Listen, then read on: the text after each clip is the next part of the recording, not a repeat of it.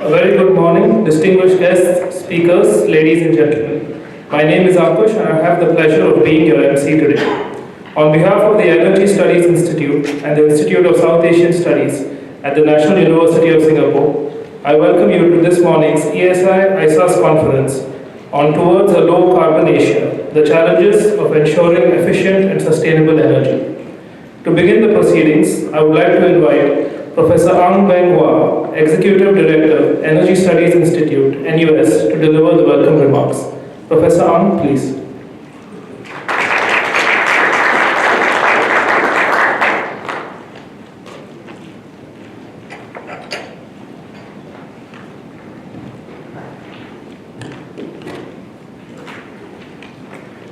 Mr. Vikram, Singh, Chairman of Brookings, India.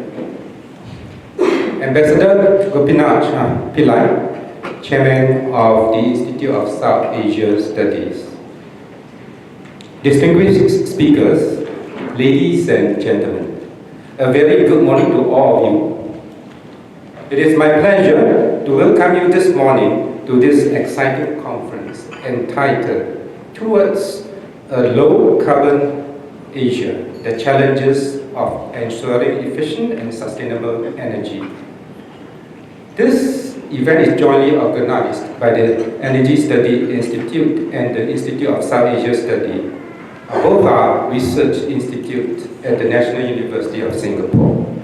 As mentioned, my name is Ang Beng Wah, and I am the Executive Director of the Energy Studies Institute.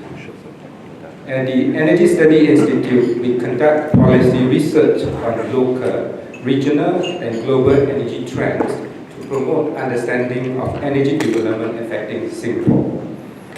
Our partner, the Institute of South Asia Studies, is dedicated to research on contemporary South Asia and seeks to promote understanding of this region, which is growing in importance.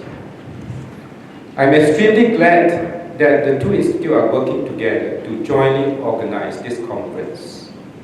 And I would like to take this opportunity to thank Ambassador Pillai and the Director of the Institute of South Asian Studies, Professor Subrata Mitra, for their support in bringing our two institutes closer together.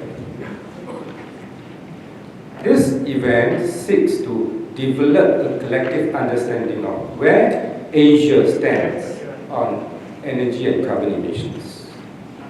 More specifically, speakers are invited to share their thoughts on the low carbon energy transitions efforts of countries in Asia, assess the year 2017 as they come to an end, and provide a brief outlook of key challenges and opportunities for 2018. I look forward to hearing their views of these experts, as well as to the questions and comments from the audience. The transition towards a low-carbon economy requires urgent policy actions. The Paris Climate Agreement set the objective of limiting the increase in global average temperature to well below 2 degrees centigrade and pursuing efforts to limit the temperature increase to 1.5 degrees centigrade above pre-industrial levels.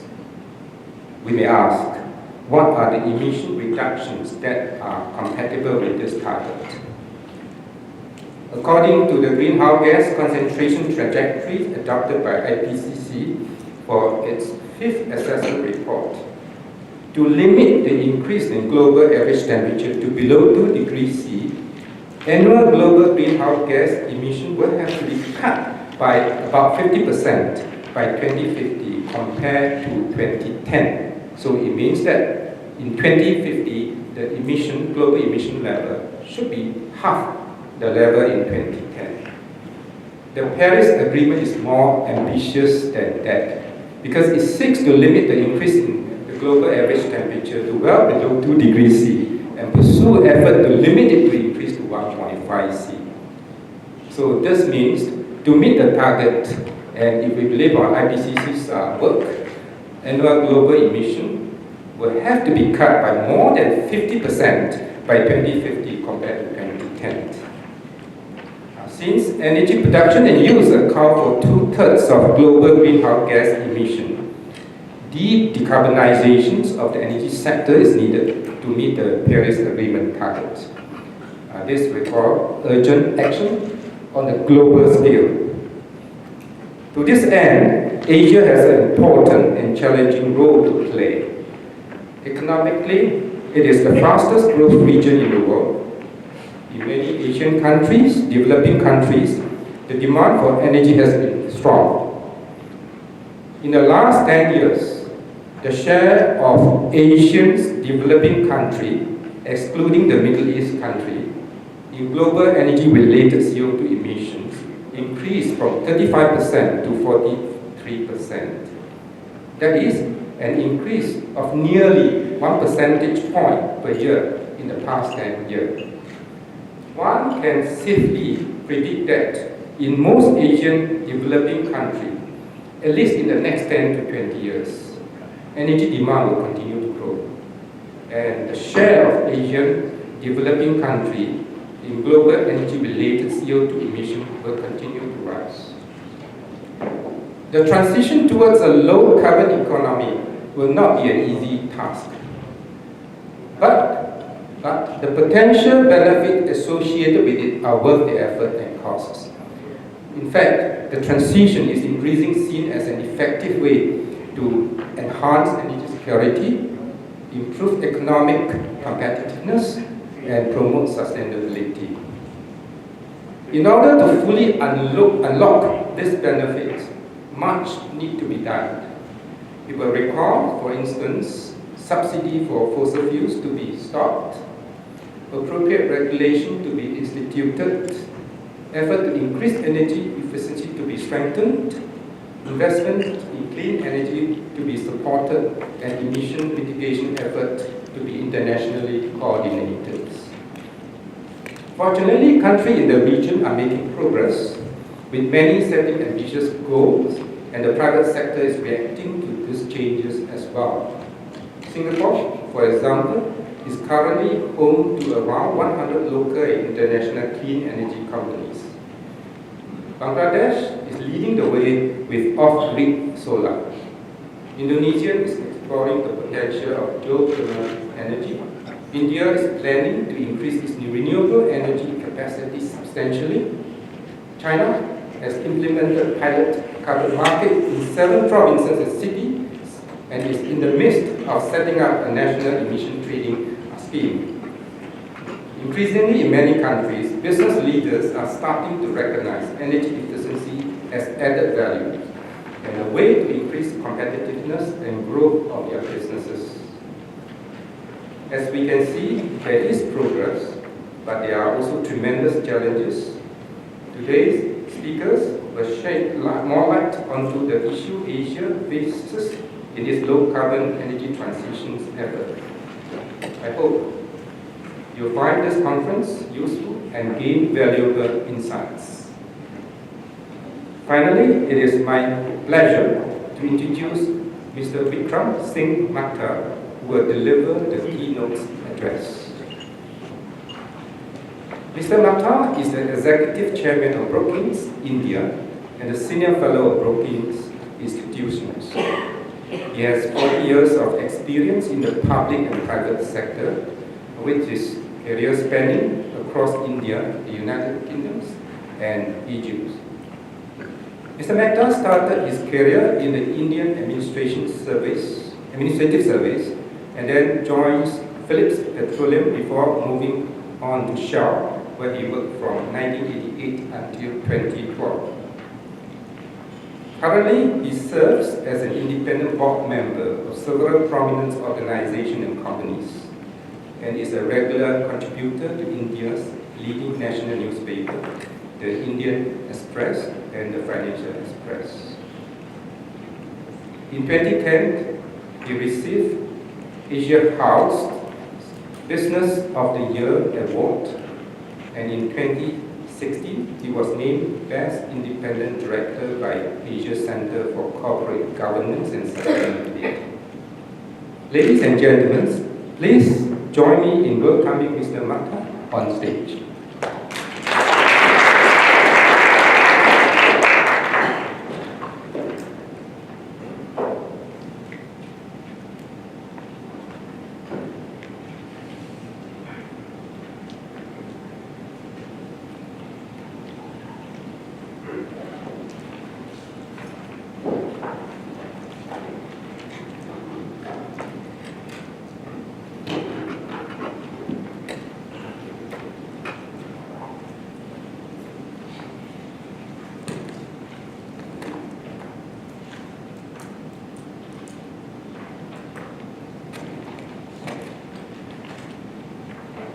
Professor Ang Beng, Ambassador Gopinath Pillai, my senior colleagues and friends, ladies and gentlemen. I thank the Energy Studies Institute and the Institute of South Asian Studies for inviting me to deliver this keynote address at this conference. I am honored. The topic that defines this conference could not be more timely, and in my view, it could not be better framed. Yesterday, I flew into Singapore from the most polluted city in the world, Delhi. A week before, I was in the Himalayan sanctuary of Binsar. Binsar was declared a sanctuary 100 years back, and as such, there has been no development there. Other than a scattering of villages, in the valleys, there are only 5 houses in the forest and wildlife sanctuary of 30 square kilometers. These were the houses the British built to escape from the heat of the plains. Were I, by some accident or misfortune, to cross paths with President Trump, I would suggest that he do what I did over the last week. Visit a cradle of natural beauty and then depart for the White House from Delhi. He would hesitate thereafter to consider global warming to be amongst the greatest scientific hoaxes perpetrated on mankind. For the contrast between Binsar and Delhi is not just stark. You can sleep under a canopy of stars in Binsar with the scent of pines comforting your senses, whereas in Delhi you are hard-pressed to see 150 yards ahead, and that too with itchy eyes and a tightening chest. The contrast is also emblematic of the emergent state of our planet. That is, if we do not somehow find the will to step off the current high-carbon development trajectory. I commend you, sir, on the framing of the topic because it compels thought on the how, not on the why or the what. The debate on global warming is over, President Trump notwithstanding. The evidence is overwhelming. Not just the scientific research, but the physical experience of the kind that inhabitants of Delhi and indeed the 13 other cities in India, which rank amongst the most polluted cities in the world, share. The world is warming at a pace that the ecosystem is unable to accommodate. The Earth has always been characterized by climate change, but hitherto it has been at a pace that the ecosystem was able to accommodate. But that is not the case anymore. Human actions over the past several decades have disrupted this balance. The temperatures today are approximately 1.5 degrees higher than they were in pre-industrial times, and the concentration of greenhouse gases in the atmosphere is, according to some estimates, fast moving to the tipping point of 400 parts per million, beyond which the consequences could be severe and irremediable.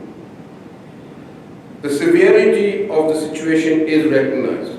As Professor Ang Beng just mentioned, the Paris Accord has been signed. The Paris Accord may not have set out the measures required to keep the temperatures from rising above 2 degrees relative to pre-industrial levels, but it did establish that the global community acknowledges the crisis and more particularly the steps that need to be taken to mitigate and adapt to the crisis.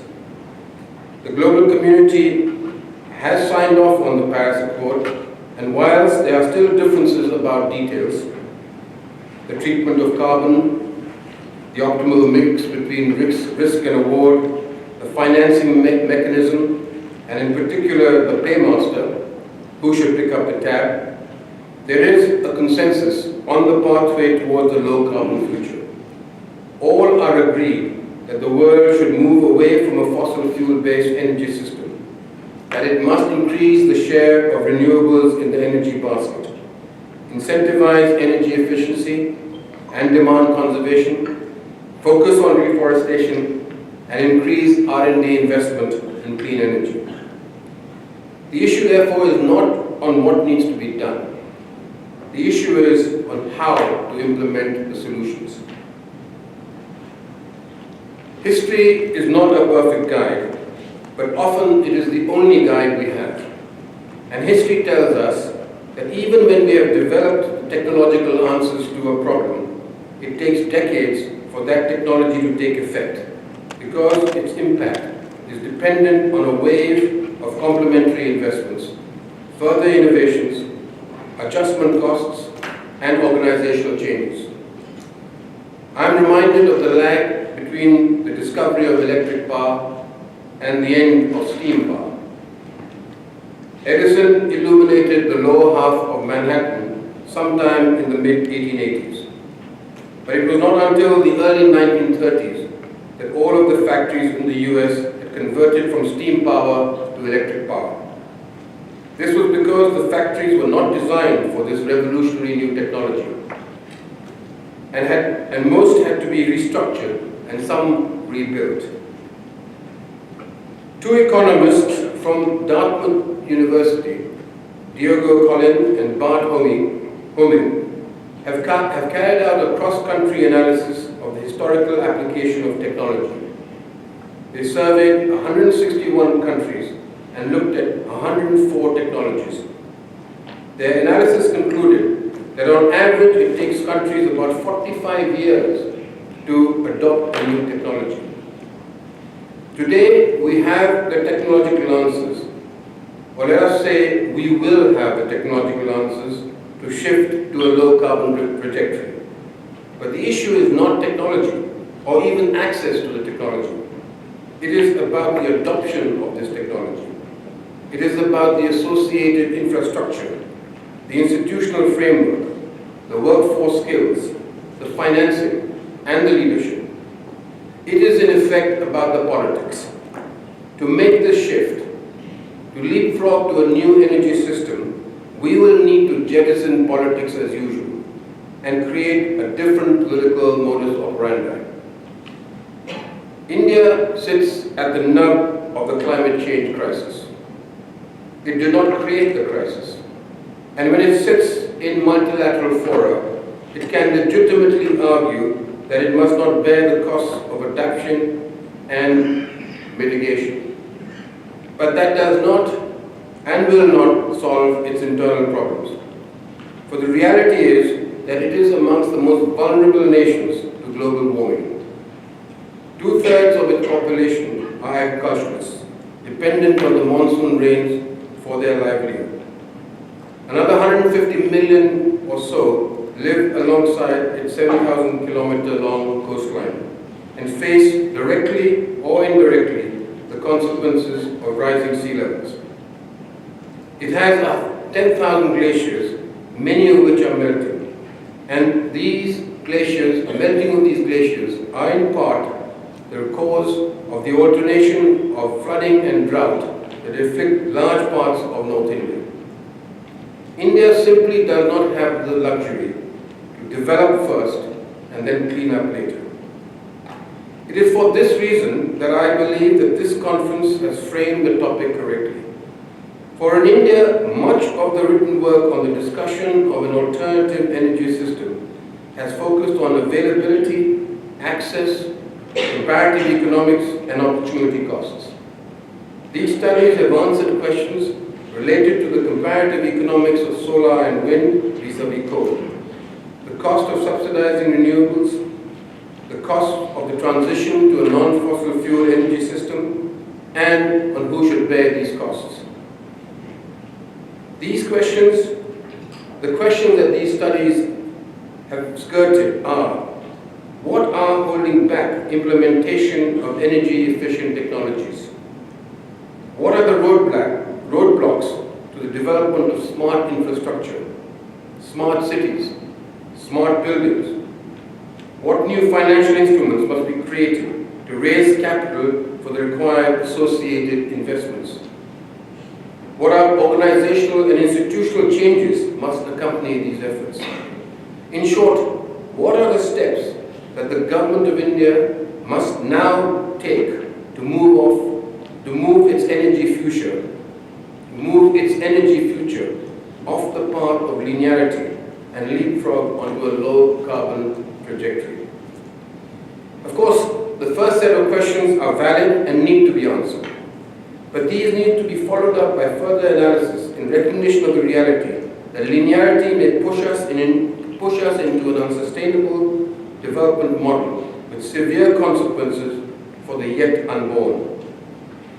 This said, I accept that the springboard for this further analysis, the springboard for answering the further set of questions, must be the current political, institutional, socio-economic context. The framework within which the first set of answers have been framed. That is the framework within which the first set of answers have been framed is the framework within which we must address the second set of questions. So what is this framework? What is this political, socio-economic framework in India? First, as most of you know, energy is a concurrent subject under the Indian Constitution.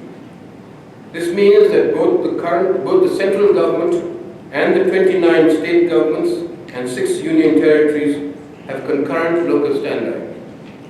The consequence of this overlap of roles and responsibilities has created a fragmented energy market. There is no one market for energy in India. One needs to but look at the tariff schedule for power to understand the nature of this fragmentation. There are nearly 100 varying tariffs. A religious establishment pays a different tariff than a bus station. A farmer with irrigable land is charged a higher tariff than a farmer dependent on the monsoons. A breeder of rabbits is treated differently than one who keeps poultry. It is an extraordinary potpourri and reflects the competing tugs and pulls of competitive federalism, populist politics, and the influence of vested stakeholders.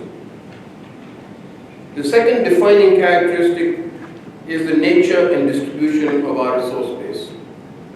We have abundant reserves of coal, but limited oil and gas. Much of our coal reserves are located in the north and east of India, whereas our principal consumption centers are in the west and south.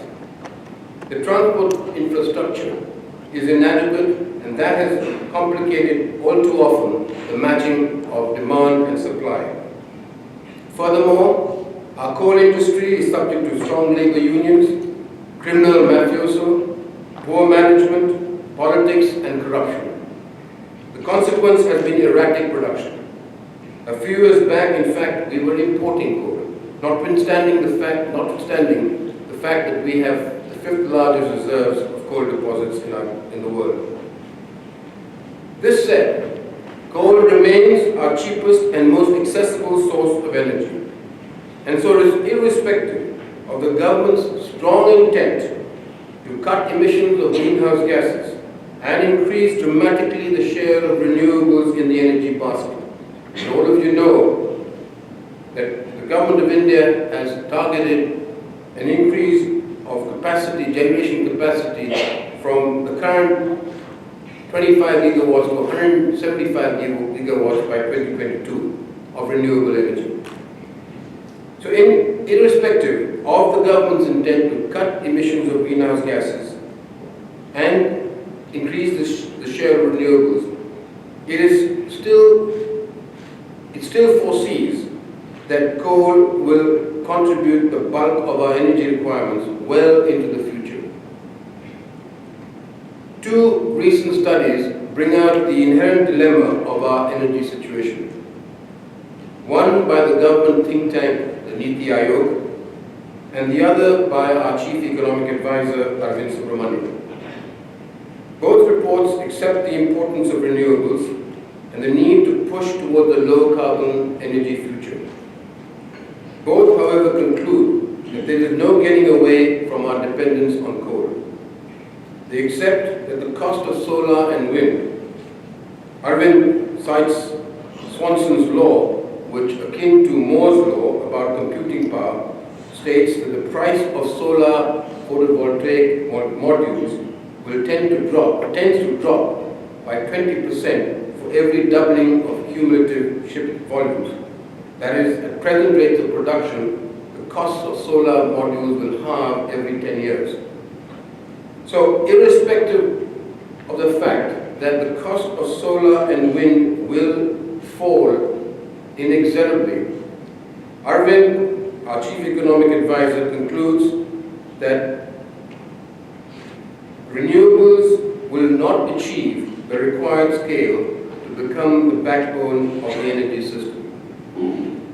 The NITI Aayog projects that coal, oil and gas will in 2040 account for 77% of our energy requirements. Arvind goes one step further, in fact, and forewarns the government against an excessive push towards renewables. He invokes Saint Augustine, who, as you all know, prayed to God to grant him continence and chastity, but not yet. And in that context, Arvind is arguing that were the government to push renewables, it could be hit by a double whammy. The plant load factor for our utility plants, our thermal power plants, is declining, and if renewables were to be pushed, the plant load factor would fall below 50% and render the bulk of our existing plants unviable. The government would then have to cope with not just the cost of standard power assets, but also the financial implications of subsidies for renewables. So Arvind is suggesting that renewables be pushed, renewables be encouraged, but not until the utilities have bolstered their balance sheets. The larger point that I want to make here is that in contemplating our energy future, in responding to the question, how do we move toward the low-carbon future, we should accept as a predetermined trend the continued dominance of fossil fuels. A third framework-defining factor is surging demand. India has a huge population. A rising percentage of this population are migrant and aspirational. They are moving from rural to urban India, and they are looking to trade up, metaphorically speaking, and literally, from a cycle to a motorized two-wheeler to eventually a car. The economy has also now entered the most energy-intensive phase of development.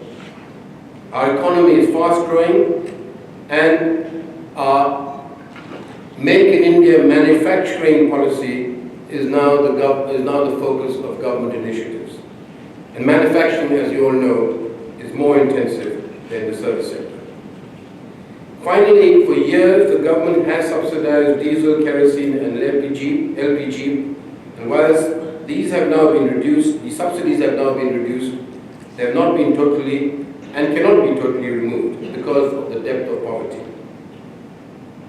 So, population, prosperity, and policy have driven demand hitherto, and it can be presumed that they will continue to drive demand for the foreseeable future. We should assume that these three factors together will continue to push demand in the years to come. A final relevant framework-defining consideration. Energy sits at the nerve center of every politician's deepest dilemma.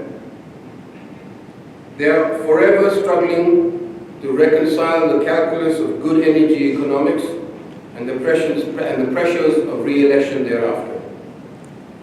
When push comes to shove, economics is almost always set aside. One reason why Delhi is today weighed under by smog is because the farmers in the neighboring states of Haryana, Punjab and Rajasthan burn the residues of their harvest to prepare the soil for the subsequent sowing season. The wind carries the smoke over Delhi and creates a blanket of smog.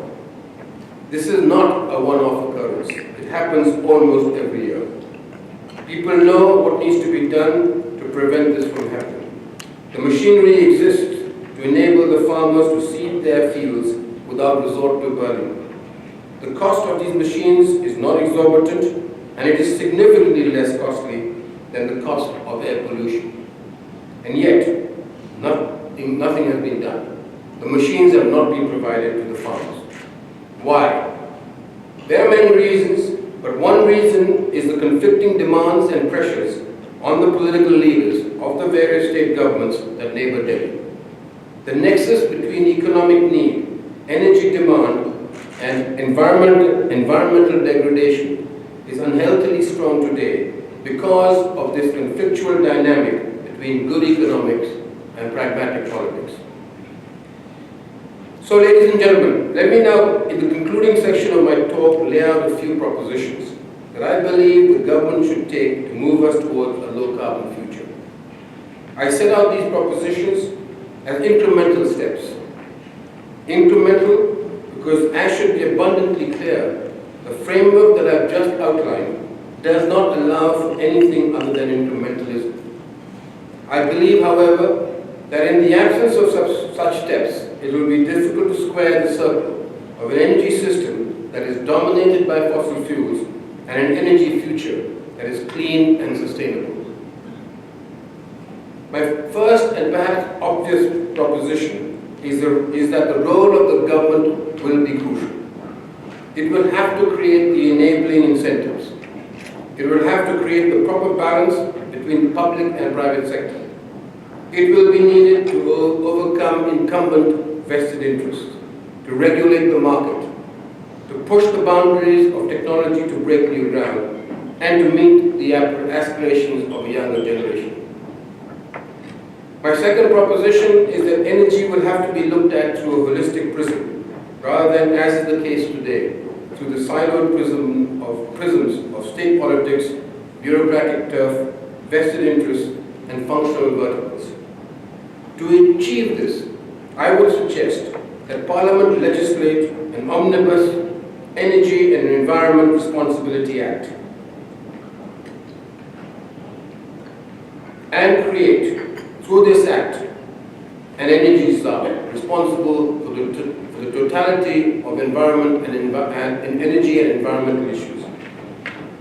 The government has, in the past few years, legislated acts like the Fiscal Responsibility Act and the Food Security Act.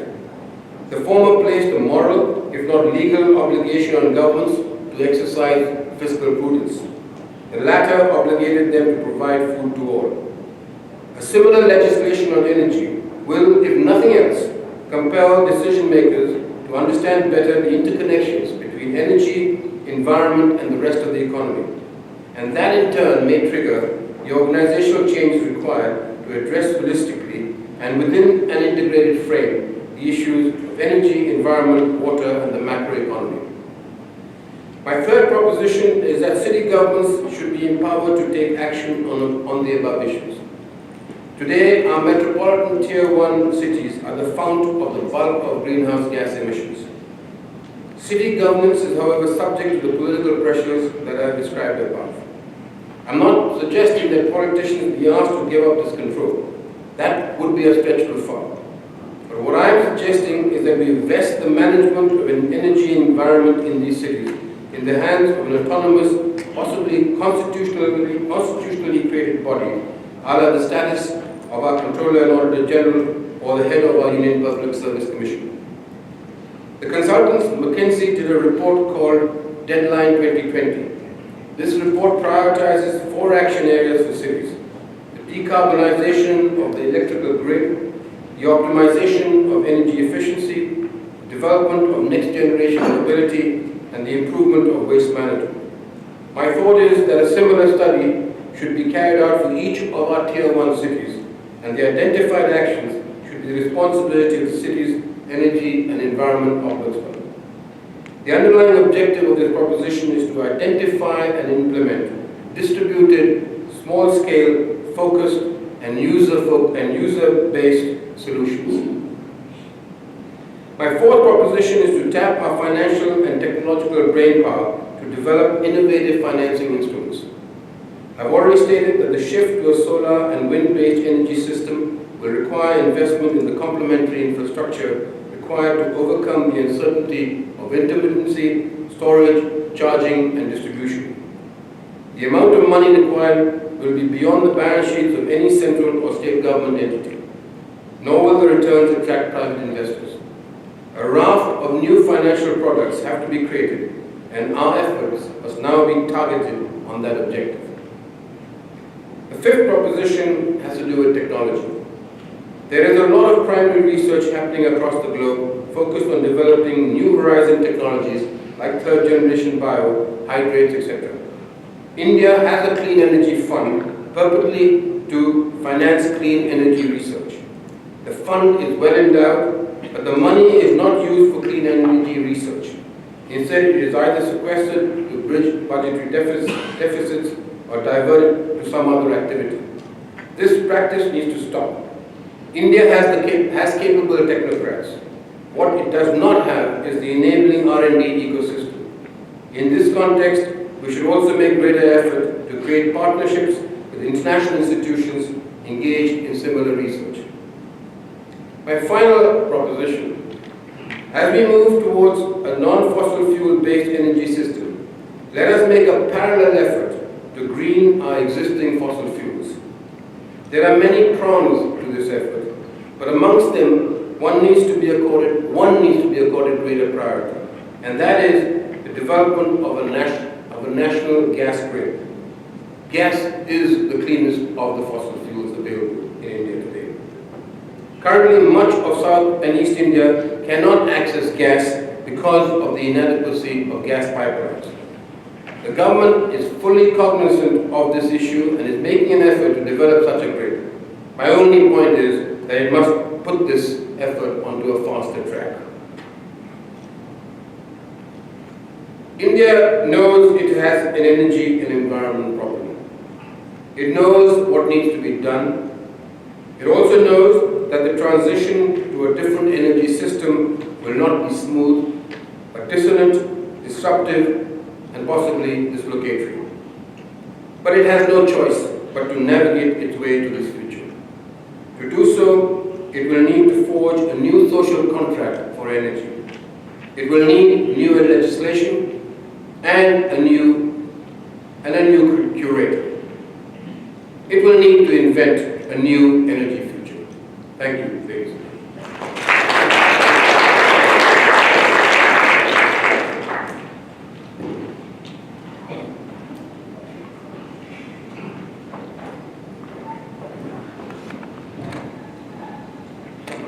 Thank you, Mr. Mehta. Ladies and gentlemen, we will now have a dialogue session with Mr. Mehta. To chair the session, I would like to invite on stage Ambassador Gopinath Pillai, Chairman, Institute of South Asian Studies, NUS, and Ambassador at Large, Ministry of Foreign Affairs, Singapore.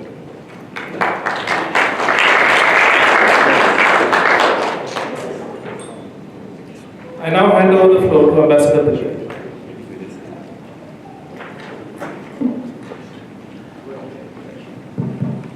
Good morning, ladies and gentlemen. Before I throw open the topic to you, I just want to take a minute to say thank you to the Brother Ang and Mr. Lu for collaborating with ISAS to organize this excellent conference. And I think as a keynote speaker, they've got someone who not only knows the subject, but is passionate about it. Just before we started, I was saying, one of his things that always stuck in my mind was that he was admitted to the Indian administrative service. He succeeded getting into the administrative service. But in 1980, he decided to quit and join the private sector, Philips Petroleum. Today, people crossing from civil service job to private sector is not uncommon. But in the period before 1990, or even before 2000, this was very unusual. So he's one of those who actually took the plunge and succeeded, and having no regrets at all about what he had done. So in my eyes, he is a little bit of an iconic figure in the Indian scene. Having said that, I will now open it to the House my suggestion would be, we have got 30 minutes, that we spend maybe at least half of that on the 6 propositions that he made in his speech, because those are vital, and maybe you would like to deliberate a little bit more on that. Then, I'm not saying the rest of the speech is not this thing, but I think mostly impressions and so on. But I leave it to you. I'm not going to be a sledgehammer chairman. I will open it loud. Ladies and gentlemen, questions, comments, please introduce yourself before we start. You're overawed by the speech and you have no questions. Yes. I'm Mehta, Chairman of Institute of Policy Advocacy and Governance, a think tank based in Dhaka and UAE. I agree with Ambassador Pillai. It was a very thought-provoking and insightful speech. One of the things you have given insight into a lot of the internal political dynamics of India. But one of the things also, the external dynamics, the Trump administration has openly quoted on more than one occasion India as a country, citing why should the US take the burden of this organization when India as a country has been doing much more damage or no less than the US does.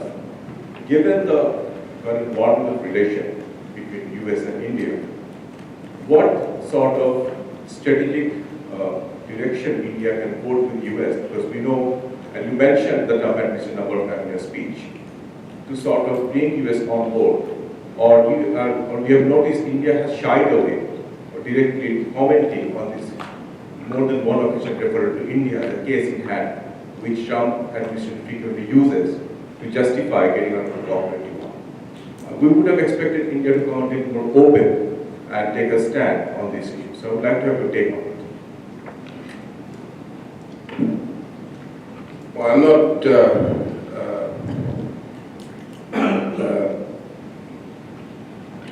someone who listens to Mr. President Trump and believes every word he says, and I have to admit that his comments on our position on climate change, global warming, and greenhouse emissions were not accepted seriously by many of the people in the government.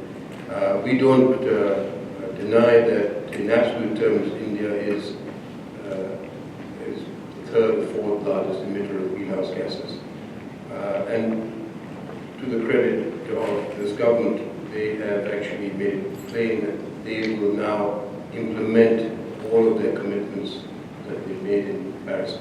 To challenge Trump and to actually go out there and argue with an individual whose consistency is not a hallmark of his character, I think would have been a mistake. So I don't think that we did anything wrong by just ignoring, by sidestepping all the comments he said. This said, on a separate sort of front, we are engaged in a number of discussions with the Americans on clean energy technologies. And India recognizes the importance of collaborating with universities, with laboratories, and indeed with government entities, so as to harness the work that entities are carrying out in America, especially with regard to battery technology, storage technology, because that's one major uncertainty when it comes to accelerating the usage of renewables. So, yeah, I mean, I'll leave it at that. Yes. Vikram. Okay, my name is Anish Mishra. Okay, I just want to say is that first, maybe we should see you. Sorry. Yes, yeah, I just want to say is that India is okay. India is not the cause of this problem, but I think there's it's not an overstatement to say that there's no country on earth that has actually more hope to save the world from climate change. And I'll say this because if you look, is that the per capita carbon emission of India is 1.67 metric tons, China's at 6.19, and US is at 17.56. As we know, India is a progressing country. If we can actually control the per capita rate of increase of India, I think there's really great hope for the world. And as you mentioned, sustainable development is the only way. Is the only way forward. As the former US President Barack Obama said that, he said that no country on earth is going to be more affected by climate change, and no country can do more than India on the climate change. So my question is actually related to the point on sustainable development. It's more convenient not to take the sustainable development approach and to actually use traditional form of energy. If you look at developed countries, the switching cost is very high. If you want to switch from normal source of energy to renewable and sustainable means, it's more difficult for them to do. But in a developing country like India, especially when you build new cities, new metropolis, if you start on the right note, you can actually control your per capita carbon emission. So what I would like to know from you is, number one, is India serious on sustainable development? Are they actually doing it? Or are these things that are talked about? India has promised the United Nations that by 2030, 40% of its energy will come from renewable means. But I don't think India may fulfill this promise. Maybe your view may be different, which I want to know from you. And the thing is that, okay, and I think in your 6 points, you spoke about the Indian metropolis being too polluted, too crowded, all that. Do you think that if you spread the metropolis out, this may actually reduce pollution? If India actually encourage businesses to shift into other provinces far away from the metropolis, this actually prevent your metropolis from becoming too big. So instead of people migrating to Delhi and Mumbai, they can go to other smaller towns that could become future great metropolis of India. Thank you. India is well on target to achieving its Paris obligations. The government of India is very serious about encouraging renewables. That I have no doubt about. The point I wanted to make, and the point that many people are making, is that 175 gigawatts of renewable, even if it were achieved, would not provide the backbone of our energy system. We will still be dependent on fossil fuels. That's point number one. Point two is that our grid, our transmission and distribution system, is at this stage not capable of absorbing this influx of additional molecules.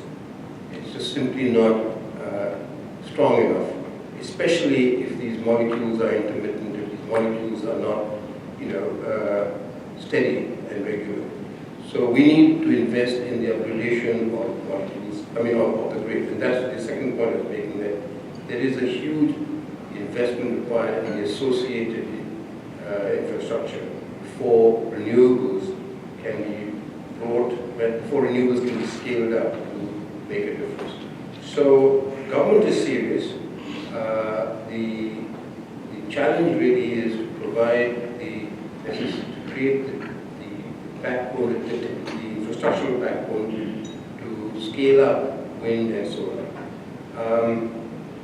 The point about cities, I think you're making a very strong point here, and you may have missed my reference to Tier 1 metropolitan cities. I didn't talk about Tier 2, Tier 3, and Tier 4. The reason I specifically mentioned Tier 1 is because those are the cities that that are congested, that don't have land. It's very difficult to actually shift the energy systems in those cities, to create a new urban design for those cities. But those are the cities that are contributing the most to greenhouse gas emissions.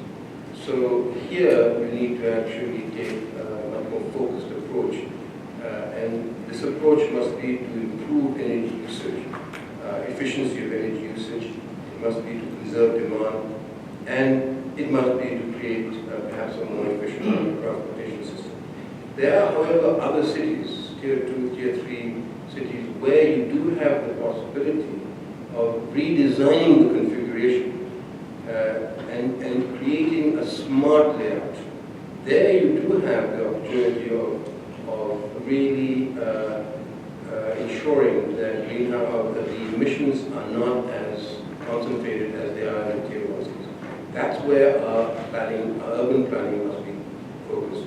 So there is scope here for improving the efficiency of energy usage in cities. The challenge, as I mentioned, is to actually create an empowered authority structure whereby the individuals who are responsible for city governance also have the financial and the political, in some senses, clout to be able to carry out some of these changes that are essential for pushing those cities towards a low carbon trajectory. But that will happen more effectively in the tier 2, tier 3, tier 4 cities. Dr. Gopinath?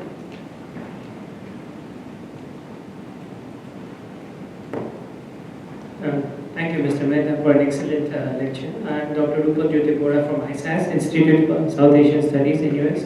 I have two questions, quick questions. In your talk, you referred to the increasing need to switch on to clean energy resources. I'm from the northeastern part of India.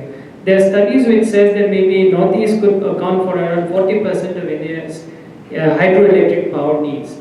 So do you think, is it feasible to have small dams in the Northeast and then produce power and maybe export it to the neighboring countries? And my second question is, what are the prospects for India to develop jointly with Myanmar natural gas oil fields in Myanmar? Because isn't it more feasible than importing natural gas all the way from Middle Eastern countries or even from, say, Australia? Isn't it cheaper because it's just next door? Thank you. Yeah, I think if politics were not to complicate energy diplomacy, then we would have a very different configuration of supply routes. Bangladesh, Myanmar, and India would have by now created a natural gas pipeline that would then enable India to also source gas from arguably the more cheaper resource base in the subcontinent. In the same vein, we would have been able to tap the hydroelectric potential of Nepal.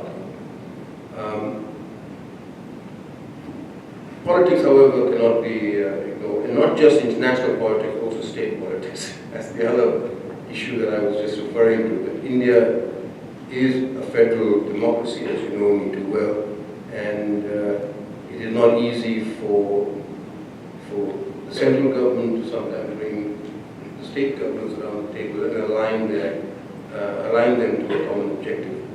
And energy has always been a subject of division between the states. So hydroelectric dams, tapping of hydroelectric potential has also been held up because of political and environmental reasons. And now, of course, financial reasons. There's a financial consideration here.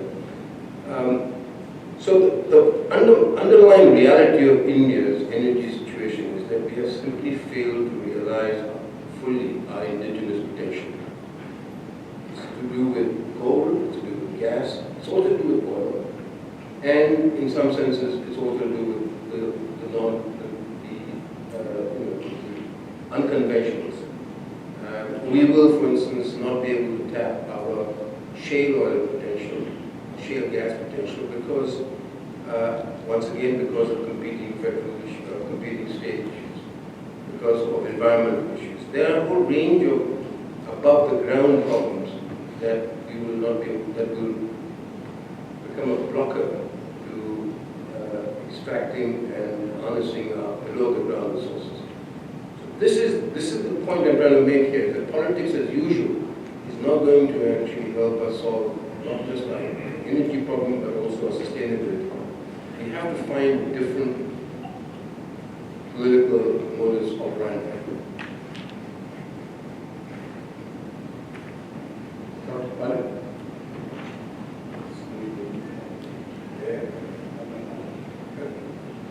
Two questions, Mr. First is you alluded to the creation of an overarching energy regulator. I was wondering that in India we have had these central electricity regulatory commissions backed by the state electricity regulatory commissions. So when you propose a regulator of the kind that you have on your mind, how exactly do you visualize this? Do you see that these existing regulatory bodies which are in line with the concurrent responsibilities that are involved kind of merge into what you have as an overarching regulator, taking over the responsibilities of pricing and the rest of the regulation? So that would be a very interesting take. The other is I wanted to allude to the connection with the development of solar power industry and Make in India. Okay. Make in India. Now, we are aware of the situation where the government has been insisting that when it comes to solar photovoltaic models, there's an insistence on local content. And this matter was taken to the WTO and India lost the case. Now, that essentially means that if solar power has to be given a push, and which is a declared objective, there's going to be a very strong reliance on imports, particularly Chinese imports. And do you see this running against the spirit of Make in India? Because that's a thrust area under Make in India. So I'd like to have your comments on it. Thanks. The recommendation that we legislate an energy bill, Energy Responsibility and Security Act, you can call it what you will, flows from three factors. One is that we have an energy problem in our country, but we don't really have an institutional framework within which to tackle energy. Until 2014, as you know only too well, there were 7 different government ministries in Delhi responsible directly for energy, and a number of other ministries responsible indirectly for energy. There was no one cabinet minister, there was no one civil servant who had energy under his portfolio. There was a cabinet minister responsible for petroleum, there was a cabinet minister responsible for coal, renewables, for power, for atomic energy, but no one actually was responsible for the totality of energy.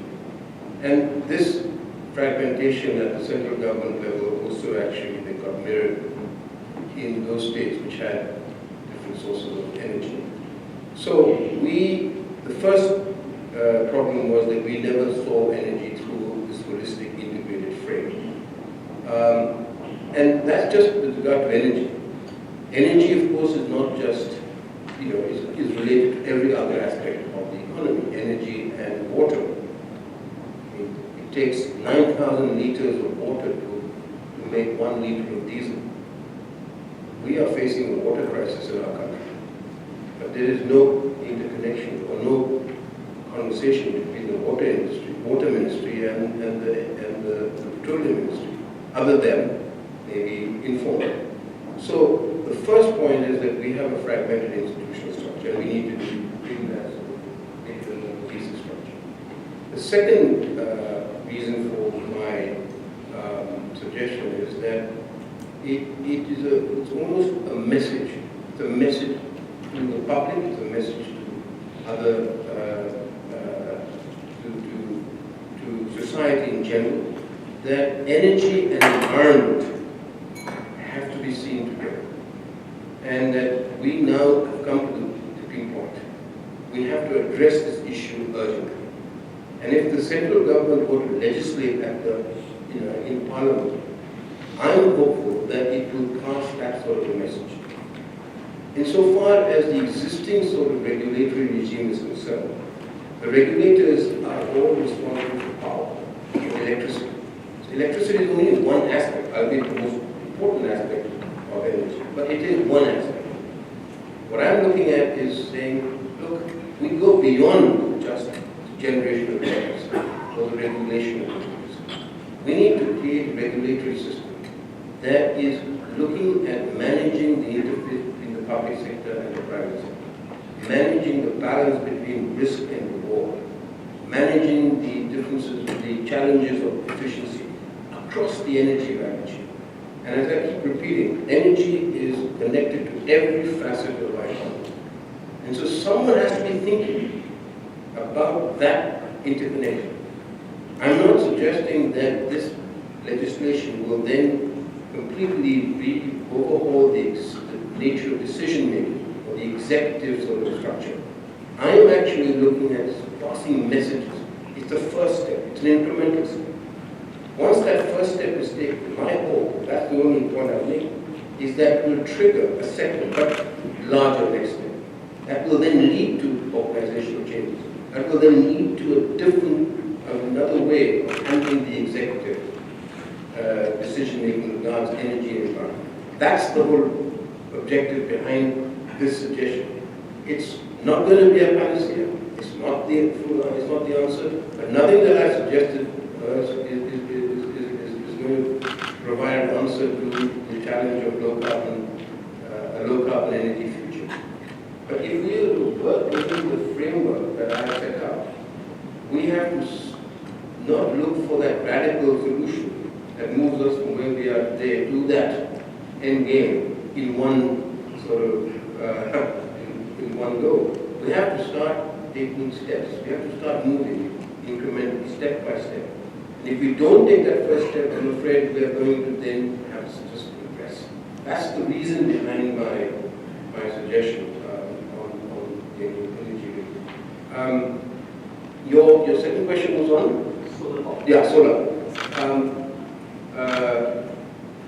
So, solar power and Solar power, there was this insistence that local engineers. Sorry, excuse me. So that, now, this is a very interesting question. I think it actually raises a big dilemma for you. Because there's no doubt that the solar industry today has been given a huge boost because they've been able to import modules from China. So those people who are actually putting up, who are bidding, they set up the solar farm, the solar generating units. And the most recent bid came in at 244, which is even cheaper than coal. They're doing it on the back of supplies from China. On the other hand, the local manufacturers of modules are, of course, arguing to impose anti-dumping duty on the Chinese. So, if the government does impose the anti-dumping duty, then the existing solar companies are going to go under. The bids that have been put on the table will be renegotiated. They will be, they'll just reverse the current trend of growth in solar power. On the other hand, if they don't impose this anti-dumping duty, we will then become totally dependent on China. China actually controls 80% of the solar module industry. So there is this, I guess, dilemma that's probably going to confront the government on what to do about our solar industry. We will continue to emphasize it. We will be importing polysilicon, we will be importing modules from China. So there will be a strong relationship with them. We will be dependent on them. And yet at the same time, we have a difficult relationship with China. So the answer hasn't been given. The government is more likely than not going to impose the anti-dumping duty. But it's a dilemma for us. The last question, the gentleman here in the middle.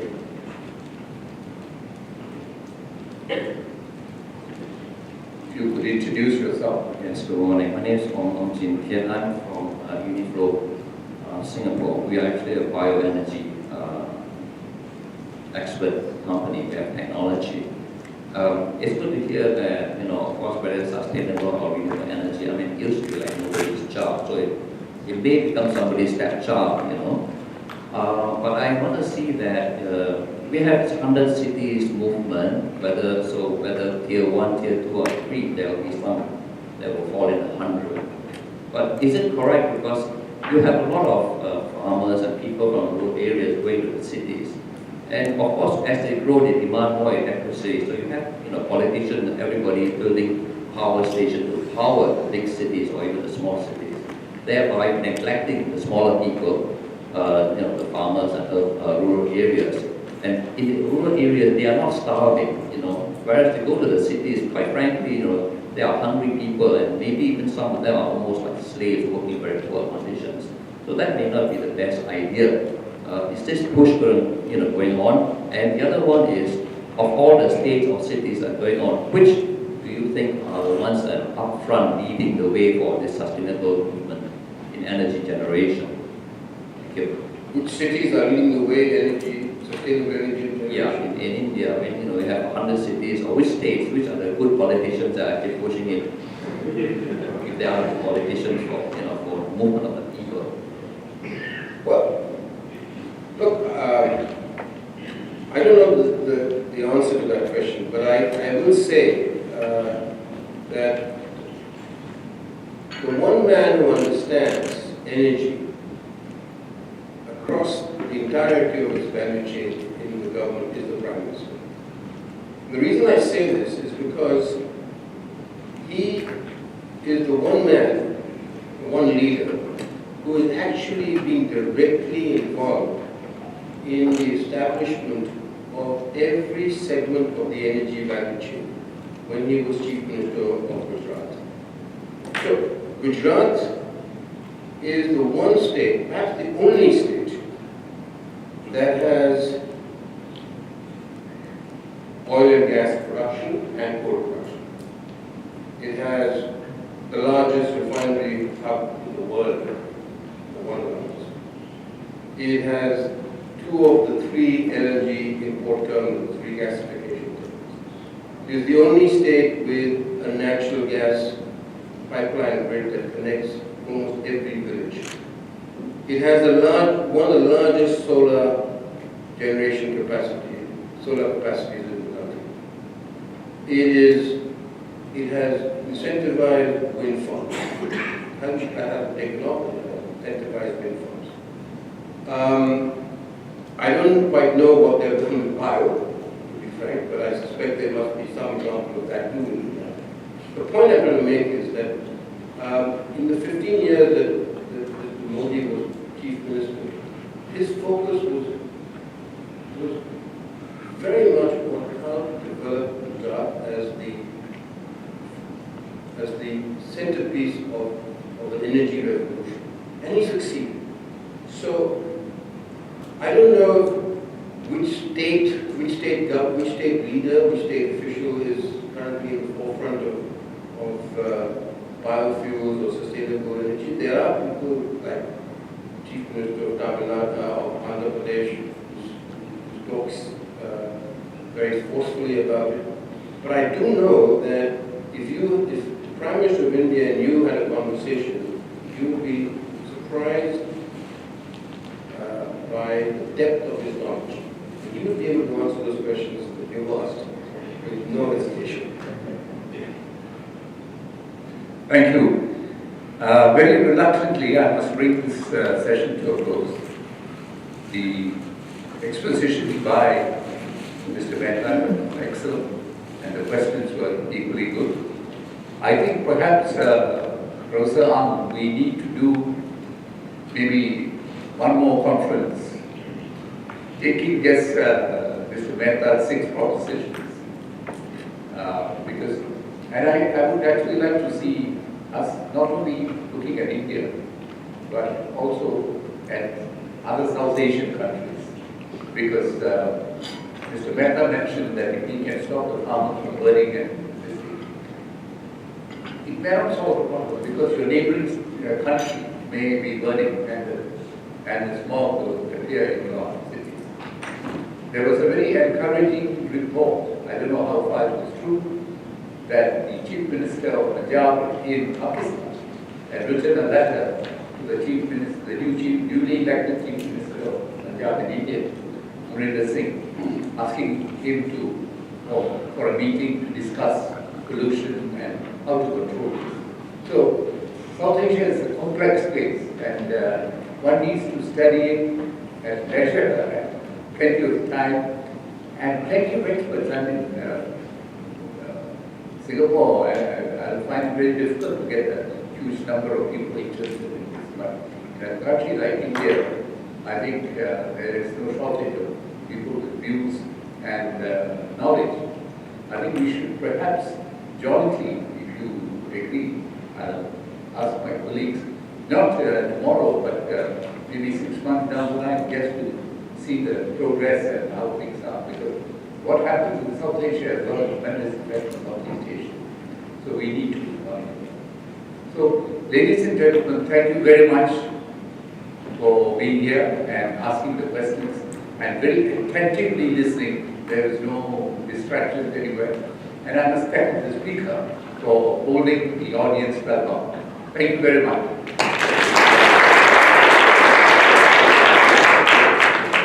Thank you, Mr. Mehta and Ambassador Pillai. Ambassador Pillai will now present some tokens of our appreciation to Mr. Mehta. The tokens are a commemorative book by the Energy Studies Institute and another book on the geopolitics of energy in South Asia by Dr. Mary Lal.